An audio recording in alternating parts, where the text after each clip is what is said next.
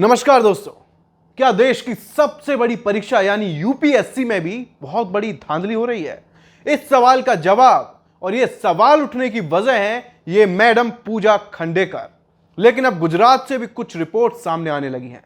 अब तक हम और आप NEET UG, NEET PG, police भर्ती, लेखपाल भर्ती, शिक्षक, पटवारी भर्ती, इन सब में धांधली पर शोर और हल्ला सुनते आए थे। ऐसी लंबी लिस्ट है जिसमें घपले, घोटाले और गड़बड़ियों की शिकायतें हमसे और आपसे छिपी नहीं है। लेकिन पूजा खंडेकर के केस में धोखाधड़ी और फर्जीवाड़े का खुलासा होना और इसी बीच गुजरात से ताल्लुक रखने वाले यूपीएससी के चेयरमैन का इस्तीफा, जबकि उनके कार्यकाल में 5 साल बचे थे।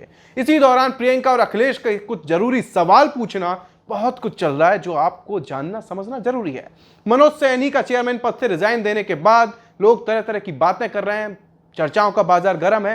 लेकिन सबसे पहले जान लीजिए, जिस परीक्षा के जरिए आईएएस, आईपीएस, आईएफएस, आईआरएस जैसे पदों पर नियुक्ति होती है, जो हमारे देश की नीति बनाते हैं, अक्सर कहा जाता है कि देश में जो देश का भविष्य की जिम्मेदारी है इन्हीं के कंधों पर होती है। लेकिन पूजा खंडेकर के मामले ने सबको हिला दिया, सबको सन्न कर दिया। इस नखरेबाज मैडम ने किस तरह पूरे सिस्टम की आंखों में धूल झोंकी, पहले यह समझना और जानना आपके लिए बहुत ज्यादा जरूरी है। यूपीएससी की जांच में पता चला है कि इस मैडम ने अपना नाम, माता पिता का नाम, मोबाइल नंबर, यहां तक कि एड्रेस, फोटो, ईमेल आईडी, हस्ताक्षर तक बदलकर पहचान छिपाई। आरोप यह भी है कि एक परीक्षा में ज्यादा मौके पाने के लिए बहुत बड़ा फर्जीवाड़ा किया। फर्जी पहचान पत्र से परीक्षा में शामिल होने का भी आरोप है।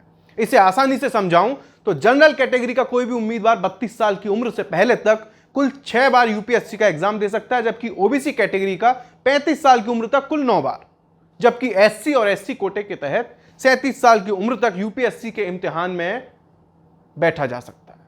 लेकिन पूजा ने हर बार नए नाम, नई पहचान का सहारा लिया, फर्जीवाड़ा किया, यहां तक कि इम्तिहान में बैठने के लिए अपने मां बाप का नाम तक बदल दिया। लाल बत्ती की हसरत और भौकाल के चक्कर में इन आईएएस मैडम की ना सिर्फ लुटिया डूबी इनकी, बल्कि फर्जीवाड़े की पूरी कहानी, पूरी फहरिस्त, सारे कारनामे, सब कुछ सामने आ गए।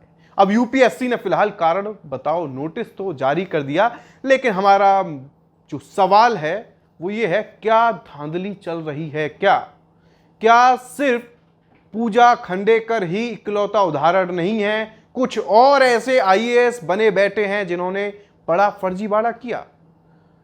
इन सवालों को अटकलें इसलिए मिलती हैं क्योंकि गुजरात सरकार ने अपने स्तर पर 4 आईएएस अधिकारियों के खिलाफ जांच शुरू कर दी है। गुजरात कैडर के इन सभी अधिकारियों ने विकलांगता सर्टिफिकेट के जरिए आईएएस में नौकरी पाई।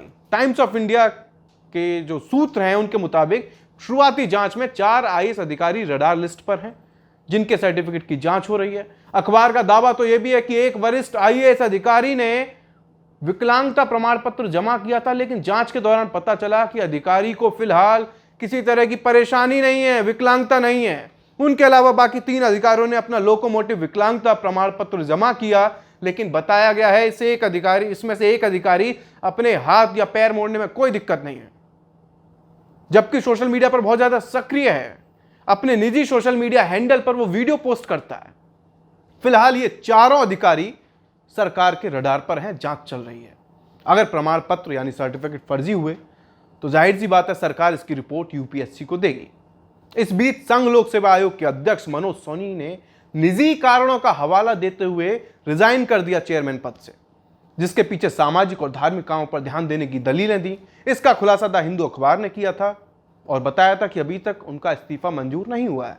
सवाल उठ रहा है कि जब मनोज सोनी का कार्यकाल मई 2029 तक था तो अचानक इस्तीफा क्यों, जबकि पिछले साल 16 मई 2023 को ही उन्होंने यूपीएससी के चेयरमैन पद की जिम्मेदारी संभाली। आपके लिए जानना यह भी जरूरी है कि मनोज सोनी गुजरात के आणंद जिले से ताल्लुक रखते हैं, लेकिन हालांकि बाद में परिवार के साथ मुंबई शिफ्ट हो गए। मोदी के करीबियों में गिनती होती है। 2017 में यूपीएससी के सदस्य नियुक्त हुए थे, उससे पहले 2 यूनिवर्सिटी के कुलपति रह चुके हैं। इस पर सिंगर नेहा सिंह राठौर ने लिखा है कि कुछ दिनों से यूपीएससी की नियुक्तियों में जिस तरह तमाम गड़बड़ियों की बातें सामने आ रही हैं और अब यूपीएससी के चेयरमैन साहब ने अपना झोला उठा लिया है, जाने से पहले इनका झोला जरूर चेक कर लिया जाना चाहिए। वहीं प्रियंका गांधी ने सवाल पूछे हैं कि यूपीएससी देश की सबसे नामी परीक्षा है और उससे निकले लोग शासन व्यवस्था के सबसे महत्वपूर्ण स्तंभ होते हैं। देश के करोड़ों लोगों का भरोसा और हमारे रोजमर्रा के शासन प्रशासन का कामकाज इस संस्था की पेशेवर प्रणाली से जुड़ा है। मैंने खुद देखा है कि इस परीक्षा के लिए युवा कितनी मेहनत, आंखों में ढेर सारे सपने लिए और दिल में लगन के साथ तैयारी करते हैं। यूपीएससी की प्रक्रिया में गड़बड़ी की खबरें बहुत हैरान करने वाली हैं। इस महत्वपूर्ण चयन प्रक्रिया में हुई एक भी गड़बड़ी सवाल खड़े करती है और लाखों युवाओं के सपने और उनके विश्वास पर गहरी चोट करती है। जरूरी है कि इन सवालों का जवाब जानना और यूपीएससी की तैयारी करने वाले युवाओं को मिले। क्या इसके लिए यूपीएससी के उच्च पदों पर राजनीतिक नियुक्तियों से आए लोग जिम्मेदार हैं? प्रियंका ने सवाल पूछा। यदि हां, तो उन पर कार्रवाई कब? जब सिस्टम में एक एक नंबर के चलते उच्च स्तर का कंपटीशन होता है, उसमें क्या केवल सतही तौर पर जांच करके पल्ला झाड़ दिया जाना चाहिए? सवाल है। नकली सर्टिफिकेट का सिस्टम एससी, एसटी, ओबीसी, विकलांग, ईडब्ल्यूएस ये चोट करता है। क्या सर्टिफिकेट जांचने की कोई ठोस संस्थागत प्रणाली विकसित नहीं की जा सकती? क्या यूपीएससी प्रणाली को और अधिक पारदर्शी, प्रामाणिक बनाने के लिए बदलावों की जरूरत नहीं है? क्या इस पर विचार नहीं होना चाहिए? यूपीएससी से जुड़े सवाल इस देश के शासन प्रशासन के प्रति भरोसे और हमारे करोड़ों युवाओं के सपने से जुड़े सवाल हैं। इस पर सरकार से जवाब आना जरूरी है। ये प्रियंका गांधी के सवाल। अखिलेश ने भी पूछ लिया सवाल। अखिलेश लिखते हैं कि यूपीएससी में एक आईएएस की भर्ती का घपला सरेआम सामने आने के बाद त्यागपत्र देना कोई समाधान नहीं है। इसके लिए जिम्मेदार लोगों को जो उत्तरदायित्व है सुनिश्चित हो, दोषियों के खिलाफ सख्त से सख्त कार्रवाई की जाए। भाजपा ने स्टील फ्रेम ऑफ इंडिया में जंग लगा दी है। शिक्षा व्यवस्था को भ्रष्ट, लाचार, भ्रष्टाचार के घुन से बचाया जाना चाहिए। सवाल जरूरी है, क्योंकि सिर्फ यूपीएससी परीक्षा पास करने वाली पूजा खंडेकर ही इकलौती नहीं है। इसी महीने में जजों की परीक्षा में भी धांधली की बात सामने आई थी। आज तक पर छवि इस खबर को देखिए, जिसमें लिखा है कि यूपी पीसीएस जे मुख्य परीक्षा 2022 में एक नहीं बल्कि 50 अभ्यर्थियों की कॉपियां ही बदल गई। और इसका खुलासा एक अभ्यर्थी के हाईकोर्ट पहुंचने के बाद जांच के में होता है। अब हाईकोर्ट आयोग से पूछ रहा है कि इस गड़बड़ को कैसे सुलझाएं। यानी जजों की परीक्षा में धांधली। अब सोचिए, जिनका सिलेक्शन हो गया, जो ट्रेनिंग कर रहे होंगे, नियुक्ति भी होगी उनकी, तो ये धांधली से जज जो बने हैं उनसे इंसाफ की क्या उम्मीद होगी? पूजा खंडेकर जैसे आईएएस बनेंगे तो देश का जो भविष्य है वो कितना सुनहरा होगा। ऐसे आखिर आईपीएस जो कानून व्यवस्था संभालते हैं जिलों की, जिनके ऊपर सुरक्षा की जिम्मेदारी होती है, आईआरएस, आईएफएस, ये इतने बड़े पद होते हैं, इसमें अगर कोई धांधली तो आप सोचिए कि कितना बड़ा समझौता, कितना बड़ा सिस्टम की ये नाकामी है, जिसका हम और आप अंदाजा नहीं लगा सकते। यूं तो जैसा मैंने शुरुआत में बताया था, पुलिस, लेखपाल, इन सब में जो धांधली है, गड़बड़ी है, फर्जीवाड़ा है, आए दिन पकड़ा जाता है।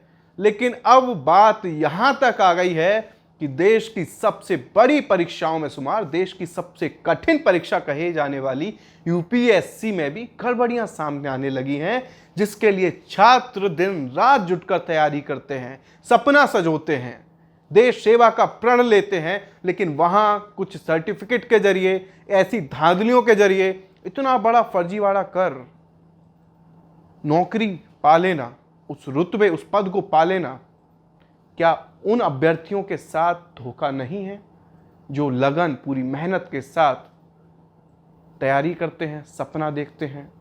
क्या उम्मीद करोगे वैसे जजों से, जैसे मैंने यूपी वाली खबर बताई आपको? नीट यूजी धांधली, पेपर लीक, या तो जो युवाओं का आरोप है सबसे ज्यादा, भर्ती निकलती नहीं, निकलती है तो पेपर लीक हो जाता है, रिजल्ट देरी से आता है। ये इस देश का भविष्य का सवाल है, क्योंकि इस देश की करीब 60% आबादी 35 साल से कम उम्र की है। लगभग ये मानिए युवा आबादी है, जिसके ऊपर देश का दारोमदार है, देश को आगे ले जाने का, नया भारत बनाने का, जिसकी सिर्फ ज्यादातर बातें ही कही जाती हैं, लेकिन ग्राउंड पर आप देखिए किस तरह से क्या चल रहा है। खैर, फिलहाल आप पर छोड़ते हैं कि आप इस खबर पर क्या सोच रहे हैं। आपको ये लूप होल जो वहां भी नजर आते हैं, आपकी इस बारे में क्या राय है? आपको सिस्टम से क्या उम्मीद बची है? इसका समाधान क्या हो सकता है? क्या कारण है कि ये सब हो रहा है? कौन लोग इसमें शामिल हो सकते हैं?